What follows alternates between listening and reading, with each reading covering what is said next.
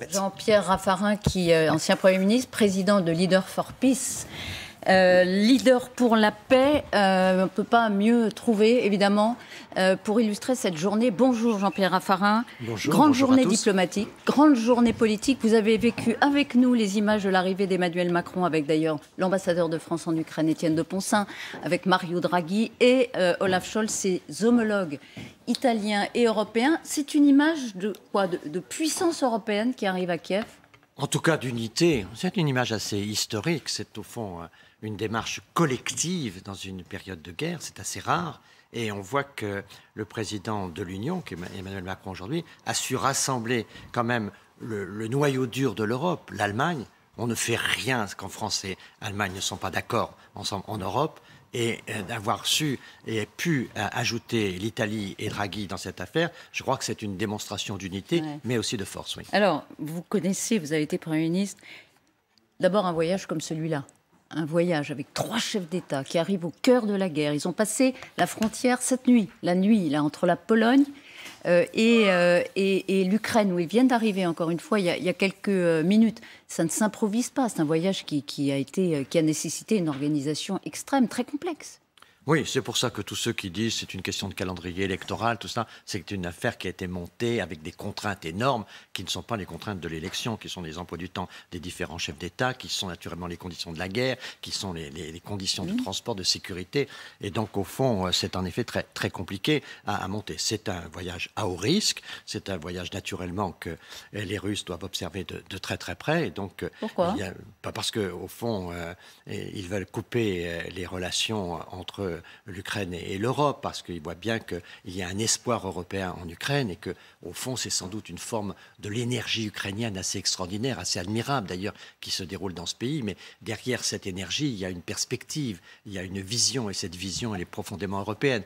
Donc, pour les Russes, séparer l'Ukraine de l'Europe, c'est quelque chose d'important. Emmanuel Macron n'a cessé de dire « j'irai en Ukraine quand ce sera utile », puisqu'on le pressait à y aller. Ça fait plus de 3 mois que la guerre a débuté. Voyage, visite utile. Est-ce que cette troïka européenne, cette image d'unité, c'est ça qui rend la visite utile? Ne serait-ce que ça? Je pense. Et puis la période aussi, on arrive sans doute à une certaine forme de tournant dans cette guerre, où on doit commencer à chercher les portes de sortie. Et c'est pour ça que Emmanuel Macron a raison de maintenir le contact avec Poutine. Vous savez, quand on veut chercher des sorties, des portes de sortie d'une crise, il faut parler avec l'adversaire. Il faut, à un moment ou à un autre, construire une paix en parlant les uns avec les autres. Et donc, il faut garder ce dialogue. Et donc, il fallait trouver le moment où il était légitime de soutenir l'Ukraine et de le montrer physiquement, mais en même temps, après avoir montré notre volonté de traiter la question par des portes de sortie. Mais vaine, une volonté vaine, toutes ces conversations avec Poutine, est-ce qu'il n'était pas naïf de vouloir entretenir absolument la flamme du dialogue? Ça n'a servi à rien, sinon à humilier les Ukrainiens, beaucoup le disent. Non, ça je pense que c'est une erreur, parce que au fond, dans cette guerre d'une rare violence, avec une brutalité russe assez abominable, il est clair qu'on ne fera pas changer les Russes de position très facilement. Donc c'est un travail de très longue haleine. La paix, c'est un travail. La paix, ça demande beaucoup d'efforts. La paix, c'est pas quelque chose qui tombe du ciel. La paix, c'est d'ailleurs souvent, c'est une science avec la diplomatie. Et la paix, ça passe toujours par le dialogue. Il n'y a pas de paix dans les ruptures. Et donc, il est clair que ce que fait Macron est essentiel. C'est pour ça que ça a une dimension historique. Alors, la première image qu'on a vue de ce voyage, c'est cette image fixe. Et puis ensuite, c'était un peu animé, des 3 leaders européens dans le train, en train finalement de tenir une forme de sommet un peu informel, sans doute pour préparer les messages aux Ukrainiens. Aujourd'hui, on sait d'ailleurs que le président roumain va les rejoindre aujourd'hui. Pourquoi la Roumanie, c'est important ? Parce qu'il faut bien montrer que cette force, qui est la force du cœur de l'Europe franco-allemande, cette force-là, sur le sujet aujourd'hui, doit parler à l'est de l'Europe. Qu'est-ce qui est en cause? Pourquoi cette guerre est si importante? C'est que derrière ça, il y a toute la sécurité à l'est de l'Europe. Aujourd'hui, le peuple polonais, le peuple hongrois, le peuple suédois, le peuple balte, ils ont la peur au ventre. Ils pensent à l'extension de cette crise. Et c'est pour ça que Macron a raison de continuer à parler avec Poutine, parce que le risque pour l'Europe majeur aujourd'hui, c'est l'extension de la crise. Et donc, il est très important que ces chefs d'État puissent associer des pays de l'Europe de l'Est qui sont, comme par exemple la Roumanie, très concernés par la possible extension de la crise aux pays frontaliers de l'Ukraine. Alors, j'imagine que les éléments de langage de l'Élysée, ce sera de dire, vous voyez, nous, on ne vient pas simplement pour l'affiche, on ne vient pas seulement pour se montrer avec un gilet pare-balles aux côtés de Zelensky dans les rues de Kiev, on vient en force, en européen, l'Europe puissance, l'Europe qui s'ouvre à l'Est, pour dire qu'on va aider les Ukrainiens. En quoi? Est-ce que ce sont des livraisons d'armes qui vont être annoncées? Est-ce que c'est l'adhésion à l'Union européenne accélérée qui va être annoncée? Je pense qu'il va y avoir naturellement la prolongation des accords sur les armes. Je pense qu'il y a la procédure de l'Union européenne, mais surtout, je pense qu'il y a, au fond, la vision qui passe par une négociation à un moment ou à un autre avec la Russie sur la sécurité à l'est de l'Europe. Le nouveau Helsinki, en fait, en 1975, il y a eu cette grande conférence pour assurer la paix à l'est de l'Europe. Notre continent, il n'a pas d'avenir si à l'est, c'est-à-dire avec les Polonais, avec les Hongrois, on n'a pas une situation de paix. Quand vous pensez aujourd'hui que les Suédois... avec eux, c'est important. La Roumanie, c'est très important. Vous pensez que les Suédois ont peur de la guerre? Je ne crois pas qu'aujourd'hui, dans la France, par exemple, les gens aient vraiment peur de la guerre directe en France. Mais les Suédois, aujourd'hui, ils ont peur de la guerre. Nous, il y a des gens qui craignent. Mais globalement, on vit, vous voyez, dans notre débat électoral, on parle peu de la situation internationale. On ne parle pas de la cause qui est aujourd'hui, qui pèse sur nous. Au fond, ce qui me frappe aujourd'hui, c'est que la France est au milieu de 4 grandes crises. La crise ukrainienne et l'extension de l'Europe. La crise sino-américaine, qui est à son paroxysme aujourd'hui et qui, sur Taïwan, a créé là un pôle qui peut être explosif. La crise des pressions alimentaires qui va se passer sur l'Afrique et la pression migratoire que ça va entraîner. Et enfin, la crise de la pandémie qui n'est pas terminée. Et quand on parle de l'inflation, mais l'inflation, d'où ça vient? L'inflation, ça vient de la rareté, par exemple, du blé. Mais ça vient aussi de la tension entre la Chine et les États-Unis. Donc je vois bien les candidats qui parlent des difficultés que nous rencontrons en la France, mais qui ne parlent pas des causes de ces difficultés. Et les causes de ces difficultés sont le désordre mondial, extrêmement menaçant, extrêmement dangereux. Là, aujourd'hui, on peut être fier d'avoir un président qui n'est pas allé seul à la Tartarin, qui est allé avec une dynamique unitaire de l'Union européenne. Est-ce que c'était le bon moment? Vous l'avez dit, on est dans un contexte international quand même assez tendu, mais un contexte national aussi. Parce que le télescopage entre le second tour, il faut qu'on en parle quand même quelques instants, et puis ce voyage, est-ce que ça brouille pas un peu? Non, je pense que de toute façon... Le sens même d'ailleurs du voyage, de le faire maintenant. Mais ce voyage n'a rien fondamentalement d'électoral. Il est prévu depuis un certain temps, il a été difficile à monter. Il fallait le monter avant le 30 juin et il fallait le monter avec des complexités, vous les avez évoquées tout à l'heure, extrêmement fortes. Donc ce voyage-là, c'est un voyage de stratégie pour la paix. Et il a fallu convaincre les Allemands. Vous savez, c'est très important que la France et l'Allemagne... Pourquoi ils étaient difficiles à convaincre, les Allemands? Parce que la dépendance avec le gaz russe fait que les Allemands ont une vision qui leur est propre. Et au fond, on existe vraiment sur la planète aujourd'hui, en termes de rapport de force, quand Français et Allemands sont d'accord. Je trouve que l'un des plus beaux gestes diplomatiques d'Emmanuel Macron, c'est quand il a reçu Xi Jinping dans son bureau à l'Élysée pour une réunion binationale entre la Chine avec Merkel. Et c'est ça qui est très important. Et aller avec l'Allemand, c'est très important. Mais et en plus, quand on y ajoute c'est Biden qui compte en Ukraine. Il a encore annoncé une livraison d'armes d'1 milliard de dollars supplémentaires cette nuit. C'est lui qui arme les Ukrainiens. C'est lui qui s'impose par la puissance financière et militaire dans ce conflit. Par ses intérêts, parce que à la fin de tout ça, c'est pas la Russie qui va gagner, c'est pas l'Ukraine qui va gagner, c'est pas l'Europe qui va gagner.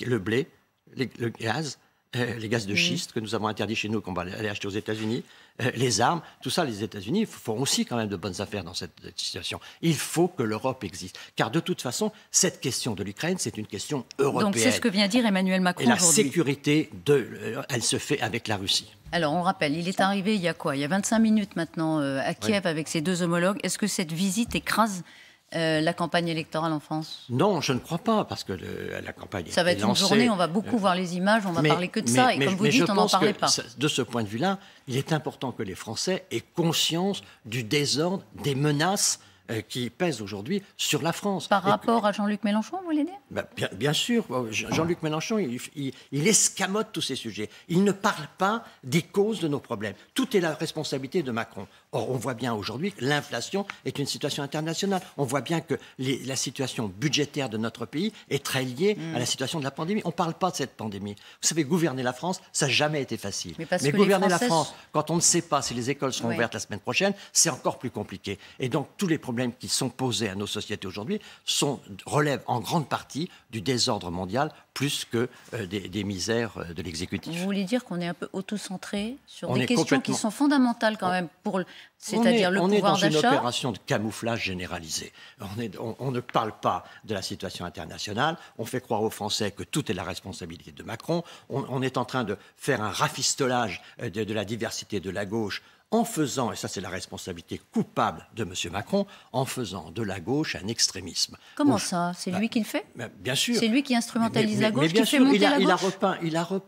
Il a repeint la gauche avec des slogans extrémistes. La police tue. En fait, il peint la gauche en rouge marine. Jean-Luc Mélenchon. Jean-Luc Mélenchon. Il a rafistolé la gauche, en fait, en faisant un extrémisme et en prenant un ton qui ressemble souvent au ton du Front National, il faut le dire clairement. Aujourd'hui, on a deux extrémismes en France qui sont en compétition électorale. Et la voie de la raison, la voie de la responsabilité, l'éthique de responsabilité, elle est avec Macron. Les Français n'ont pas envie de donner tous les pouvoirs à Emmanuel Macron, ils l'ont dit dimanche dernier. Par leur vote. Mais non, parce qu'ils n'ont pas donné la majorité à quelqu'un d'autre. Hein. Non, non plus. Et que quand vous voyez les fourchettes, donc on va voir ce qu'ils diront exactement. Mais je pense qu'il y a aujourd'hui la nécessité, comme l'a dit très clairement le président, de ne pas ajouter aux crises, à ces 4 crises-là qui nous étranglent, d'ajouter le désordre français. Vous êtes proche d'Édouard Philippe, lui a parlé d'un risque de folie, d'un risque effectivement de désordre si jamais Emmanuel Macron n'avait pas la majorité. J'imagine que vous êtes sur la même ligne. À propos de Jean-Luc Mélenchon, il a accusé Emmanuel Macron par cette visite d'abord en Roumanie, puis la Moldavie, puis aujourd'hui à Kiev. Il l'a accusé il y a 2 jours de fuir. Il estime que c'est une forme de mépris à l'égard des Français. Oui, je trouve que c'est un propos là aussi outrancier. Allez voir nos soldats qui sont aujourd'hui menacés et qui défendent nos valeurs, c'est pas du mépris. Elle est aujourd'hui avec l'allemand et l'italien. C'est au contraire la fierté de voir une France active, de voir une France qui pèse, mais qui a pas la prétention de vouloir peser tout seul, pas la prétention de dire « je serai Premier ministre » ou « je serai ceci, je serai cela ». Au fond, qu'il y a un travail collectif. La diplomatie, la politique, ça se fait collectivement. Et ce que fait Macron aujourd'hui, c'est de rassembler pour agir. Sans rassemblement, il n'y a pas d'action possible. Vous avez été surpris par l'allocution du tarmac, on va dire ça comme ça, à Orly d'Emmanuel Macron? Non, je ne pense pas. Il fallait bien qu'il communique avant de partir et qu'il dise pourquoi. Il fallait qu'il le fasse. Il fallait qu'il le fasse. D'accord. Donc il a été convaincu, et heureusement, par ses proches mais bien sûr de s'immiscer dans la campagne. C'est sûr que la campagne, dans sa phase finale, a manqué d'une communication assez cohérente de la majorité. Je vois par exemple sur des choses assez simples. Comment elle s'appelle, cette majorité? Les uns l'appellent Ensemble, les autres l'appellent Renaissance, les autres s'appellent En Marche, les autres s'appellent Avec vous. Donc il fallait rassembler un peu tout ça. Donc la majorité présentée, l'union majoritaire. Et puis il fallait aussi qu'un certain nombre de leaders s'expriment. Donc on a entendu Ferrand, on a entendu Bayrou, on a entendu Édouard Philippe. Ça, je crois que c'est bien. Oui. Il faut que les électeurs mesurent la gravité de la situation. Nous sommes dans une situation extrêmement grave, extrêmement dangereuse. Comme moi, je n'ai jamais connu en 50 ans de vie politique. Ah oui. Ah oui. Parce que ce qui est en train de se passer entre la Chine et les États-Unis est extrêmement grave. Sur le plan international. Que ce qui se passe en Afrique est extrêmement grave. C'est le retour du tragique, comme on dit. Une majorité relative dans ce contexte. Vous qui avez l'expérience du gouvernement à Matignon, une majorité relative, c'est grave? Je pense que ça peut créer un grave désordre, oui. Je pense que ça peut créer des complications parce que ça ralentit l'action. Parce que ça va créer des obstructions et donc ça va prendre, les textes mettront 2 fois plus de temps à passer et puis il y aura cette volonté de destruction, d'empêcher d'agir et au fond essayer de mettre le gouvernement en échec, jouer l'échec de la France, c'est quelque chose que les oppositions sont tentées de faire, mais dans la période de désordre et de menace qu'est la nôtre, jouer l'échec de la France, c'est extrêmement grave. Mais dans une période de tension, on pourrait vous dire qu'un gouvernement et qu'un exécutif cherchent à négocier en permanence, cherchent le compromis. C'est une culture que plutôt vous souhaitez. Bien sûr. Pourquoi pas chercher en permanence des alliés pour effectivement présenter devant les Français des textes qui sont plus consensuels Les alliés on doit avoir un comportement de parti de gouvernement, c'est-à-dire d'avoir des sens de responsabilité, comme autrefois avait l'UMP ou le Parti socialiste, c'est-à-dire être des formations de gouvernement et pas des formations qui sont des formations protestataires et qui n'ont pas des logiques de gouvernement, qui ont des logiques de contestation, de blocage et de désordre. Et aujourd'hui, on ne peut pas avoir une vie politique dominée par les extrémismes. Il faut que se recréent des familles politiques responsables qui ont leurs différences, qui ont leurs combats, mais qui veulent gouverner la France et jouer la carte de l'avenir de la France. Ce n'est pas les cartes de défendre seulement un parti politique. Et dans ce contexte, vous dites aux Français, allez voter dimanche, et on a compris pour la majorité. Je pense dans cette gravité-là, il faut vraiment se mobiliser. Hein. C'est que c'est vraiment très sérieux. Jean-Pierre Raffarin, pour conclure, vous seriez face à Vladimir, pas Vladimir, le président Zelensky aujourd'hui. Quel message doit passer Emmanuel Macron au président ukrainien qui galvanise son peuple depuis plus de 3 mois face à une agression qu'on n'avait pas vue en Europe depuis des décennies? Le soutien total contre cette agression inacceptable de la Russie. Un soutien vraiment profond et total. Et puis lui dire que de ce point de vue-là, l'Europe se mobilisera pour faire en sorte qu'il ait des moyens supplémentaires pour sa défense. Et d'autre part, lui dire qu'il est au cœur de notre problématique d'avenir, qui est la sécurité à l'est de l'Europe, et qu'il aura toute sa place dans cette stratégie de travailler avec nos voisins pour assurer la sécurité de l'est de l'Europe, la sécurité des Pays-Bas, la sécurité de la Suède, la sécurité de la Pologne, la sécurité de la Hongrie et évidemment la sécurité de l'Ukraine. Donc le message, c'est qu'on apporte un projet qui est un projet de sécurité de l'est de l'Europe. Et ça passera par des négociations, évidemment, avec le grand voisin russe. Et c'est pour ça que Emmanuel Macron dira probablement, il faut le dire, qu'on a besoin d'avoir un fil quand même avec la Russie de manière à pouvoir préparer cette grande discussion pour la sécurité de l'Europe. Est-ce qu'il le redira facialement face à, effectivement, Volodymyr Zelensky tout à l'heure? Merci beaucoup, Jean-Pierre Raffarin, de nous avoir éclairé